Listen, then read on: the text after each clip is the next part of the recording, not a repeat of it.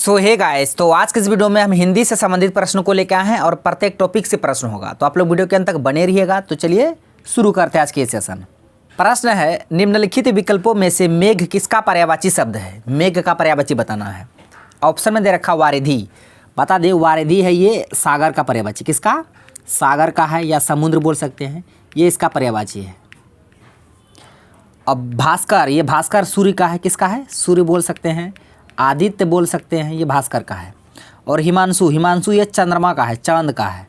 ठीक है, तो इसका जो आंसर होगा ऑप्शन सी हो जाएगा, पयोधर। तो मेघ का पर्यायवाची पयोधर, ऑप्शन सी इसका करेक्ट आंसर हो गया। बाकी सबको आप याद रखिएगा।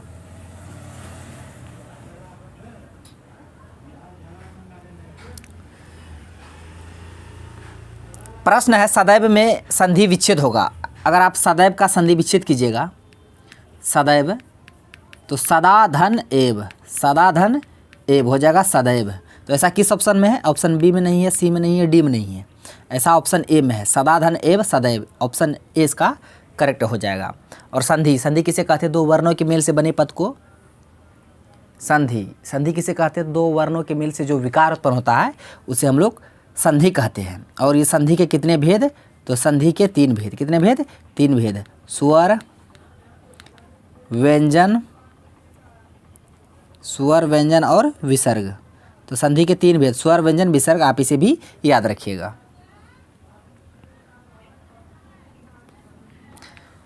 प्रश्न है, छछूंदर के सर पर चमेली का तेल। इसका अर्थ आपको बताना है कि छछूंदर के सर पे चमेली का तेल। ऑप्शन में दे रखा है, योग व्यक्ति को अच्छी चीज़ देना, मिथ्या आडंबर, अयोग व्यक्ति को अच्छी चीज़ देना, अधिक पाने का लालच करना। ये दोनों ऑप्शन तो होगा नहीं। अब आप कन्फ्यूज होइएगा ए और सी में, योग व्यक्ति को अच्छी चीज़ देना या अयोग व्यक्ति को अच्छी चीज़ देना। जब कोई किसी के काबिल रहता है, योग्य रहता है, अगर उसको वो चीज़ मिल जाता है, उसका उपयोग भी अच्छा से वो करता है। जो उसका काबिल नहीं है, वो जानता नहीं इसका उपयोग कैसे करेंगे, उसको वो चीज़ अगर दे दीजिएगा, समझ वो कैसा यूज करेगा। तो ऐसे समझिए, तो अयोग जो व्यक्ति होता है ना, अयोग व्यक्ति को अगर अच्छा चीज़ दीजिएगा ना, तो समझ लीजिए क्या होगा। तो ये छछूंदर के सर पर चमेली का तेल, इसका ये अर्थ होगा अयोग व्यक्ति को अच्छी चीज़ देना। ऑप्शन सी इसका करेक्ट आंसर हो जाएगा। प्रश्न है, सु उपसर्ग के लिए सही शब्द है। चारों ऑप्शन में आपको बताना है सु उपसर्ग किस ऑप्शन में है। उपसर्ग समझते हैं ना, जो किसी शब्द के पहले आकर उसका अर्थ बदल दे उसे उपसर्ग कहते हैं। और प्रत्यय जो किसी शब्द के अंत में आकर उसका अर्थ बदल दे उसे प्रत्यय कहते हैं। ऑप्शन में दिया संयम, संयम में सम उपसर्ग है। क्या है? सम, सम धम यम। संभव में सम धन भव, तो इसमें भी सम उपसर्ग है, इसमें भी सम, इसमें भी सम। अछूत में अ उपसर्ग है, अछूत में अ उपसर्ग है। सुपुत्र, सुपुत्र में क्या आपको दिख रहा है? सु, शुरू में क्या था? सु, तो सुपुत्र में सु उपसर्ग है। तो आपको बताना था प्रश्न में कि सु उपसर्ग किस में है, तो सुपुत्र में है। ऑप्शन सी इसका करेक्ट आंसर हो गया। बाकी जो तीनों में हम उपसर्ग बताए, आप उसे भी याद रखिएगा।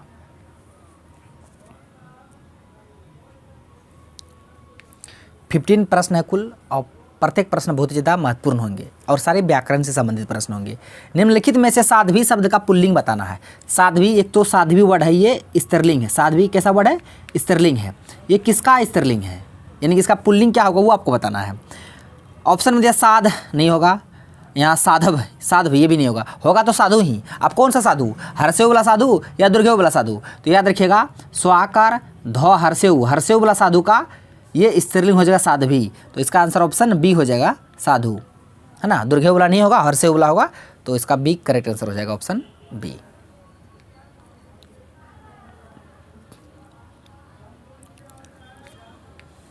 प्रश्न है, जीजा शब्द का स्त्रीलिंग क्या होगा? जीजा शब्द का स्त्रीलिंग बताना है। बहन का तो भाई होता है, बहन का क्या होता है? भाई होता है। और ताई का ताऊ होता है, ताई का ताऊ होता है। मम्मी का पापा होता है, मम्मी का पापा होता है।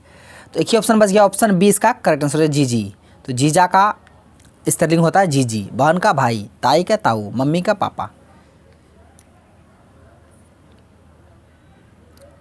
रामू ने कपड़े धोए, इस वाक्य में कौन सा कारक है? कारक के 8 भेद होते हैं। कारक के कितने भेद? 8 भेद। 8 भेद को आप याद रखिएगा। कर्ता ने कर्म को, करण से संपर्दन को, क्रिया प्रदान से संबंध का के की, अधिकरण में पर, संबोधन हे, अजी, अहो, अरे। हाँ, ये 8 कारक का भेद याद रखिएगा। उसके साथ साथ विभक्ति भी याद रखिएगा, चिन्ह। अब विभक्ति याद रहेगा तब ये प्रश्न बना पाइएगा, नहीं तो नहीं। जिस तरह रामू ने कपड़े धोए, रामू ने आया ना, अब ने किस कारक का चिन्ह है? विभक्ति है, पता रहेगा तब ना बना पाइएगा। तो कर्ता ने, तो कर्ता कारक का चिन्ह ने है। करण का से है, अपादान का भी से है, और संबंध का है का, के, की। तो ने किस में आया है, तो कर्ता में, तो इसका आंसर ऑप्शन ए हो जाएगा कर्ता कारक। तो रामू ने कपड़े धोए, इसमें कौन सा कारक है, तो कर्ता कारक है।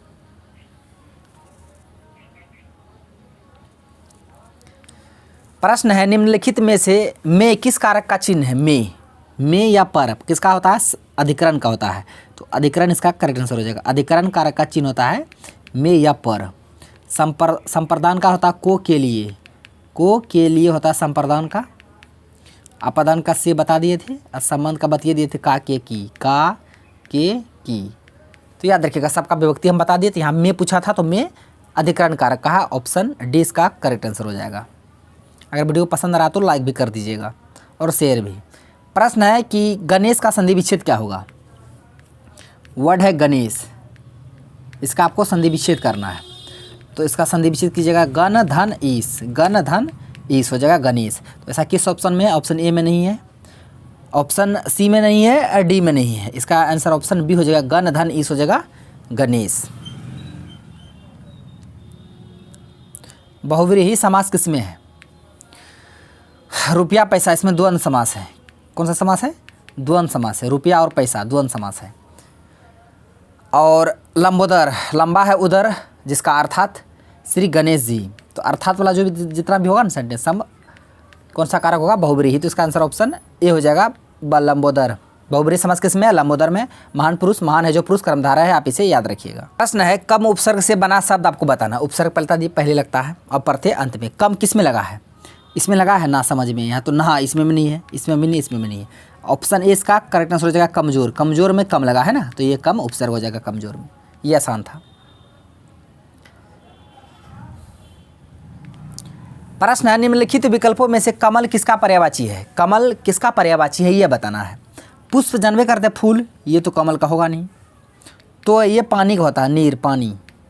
और मधु ये शहद। तो तीनों बात ये दी, एक ही बच गया। Option A Saroj. तो पंकज, सरोज, कमल ये सभी कमल का है, याद रखिएगा। इसका आंसर ऑप्शन ए हो जाएगा। बाकी इसको भी बता दिया, आप इसे भी याद रखिएगा।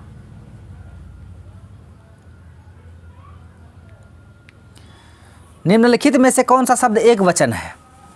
धेनुएं तो बहुवचन लगता है। ऋतुएं ये भी बहुवचन है, यानी कि ऋतुएं, चूहियाँ, इस तीनों बहुवचन है। हमको एक वचन चुनना है ना, तो इसका आंसर ऑप्शन डी हो जाएगा बंदरिया, ये एक वचन है। डाकिया शब्द का बहुवचन, डाकिया का बहुवचन बताना है। वर्ड है डाकिया, पोस्टमैन। इसका बहुवचन होगा डाकिए, डाकिए। तो यो नहीं, या नहीं, किए नहीं। इसका आंसर ऑप्शन डी हो जाएगा डाकिए, डाकिया का डाकिए। तो फ्रेंड्स आज का प्रश्न बस यहीं तक था। थैंक्स फॉर वॉचिंग वीडियो, धन्यवाद। अब मिलते हैं नेक्स्ट वीडियो में नेक्स्ट टॉपिक के साथ। अब तक के लिए जय हिंद।